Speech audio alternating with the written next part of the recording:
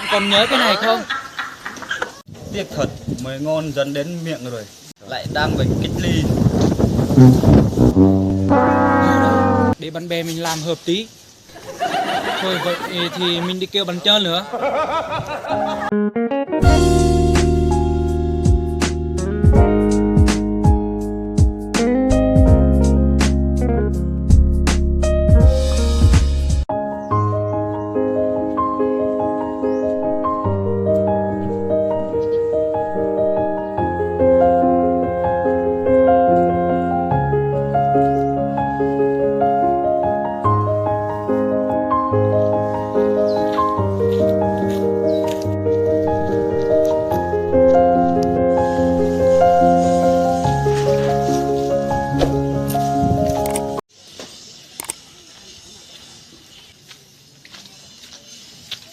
Bạn Lật ơi, ra nhậu với mình đi, hôm nay mình nhớ bạn quá. Cái gì bạn? Hôm nay mình mua rượu mua mồi ngon lắm, bạn ơi. Tiếc quá bạn ơi, mình đang cách ly này. Bạn còn nhớ cái này không? Tiếc thật, mới ngon dần đến miệng rồi, lại đang phải cách ly. Để bạn bè mình làm hợp tí. Thôi vậy thì mình đi kêu bạn chơi nữa.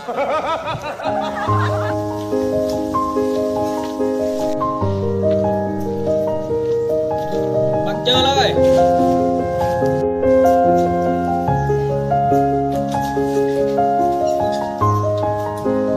Bạn chơi ơi, ra nhậu cùng mình đi, mình có mồi ngon này. Wow, đúng là mùi ngon thật nhỉ. Bạn ơi, tiếc là mình cách ly bạn ơi. Mình hôm nay đúng là không may mắn rồi. Kêu đứa nào cũng đang cách ly hết. Thôi mình đi nhậu một mình đây. Tiếc quá.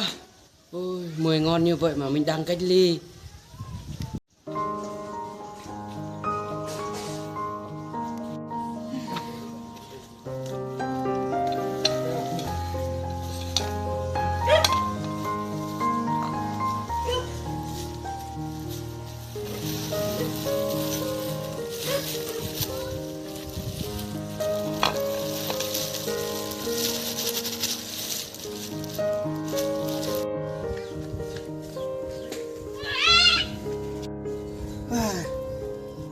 Buồn quá, hôm nay mình phải uống hết cái này cho đỡ buồn. Kêu đứa nào cũng cách ly hết.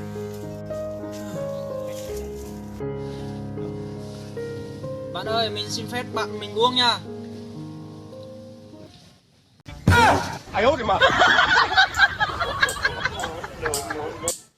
Tụi bạn nó quá nhỉ, để mình đi gần xem bạn này như thế nào nhỉ. À.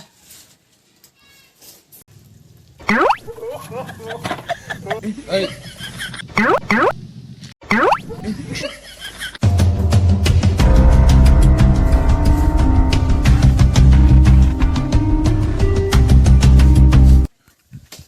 Thế mới đúng bạn bè chứ.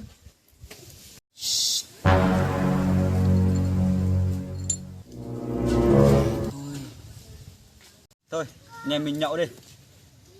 Thôi bạn cho rót đi.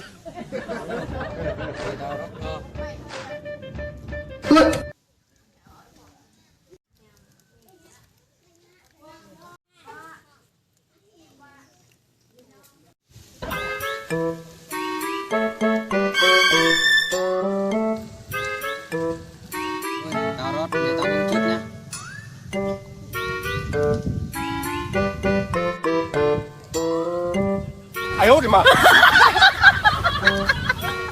Rượu ngon thật. Rượu tao mà sao không ngon bạn? Nhanh đi, mình đang khát. Để bạn tới lượt bạn lên này. Wow, cắm chọc cẳng à. Đúng ngon. Không hết rồi.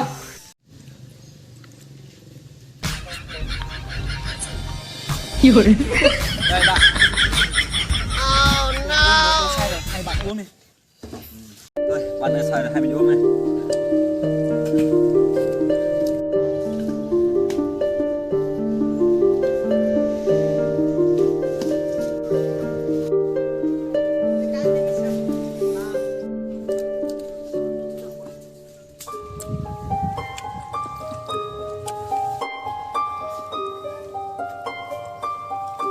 say quá bạn ơi, mình không uống nữa.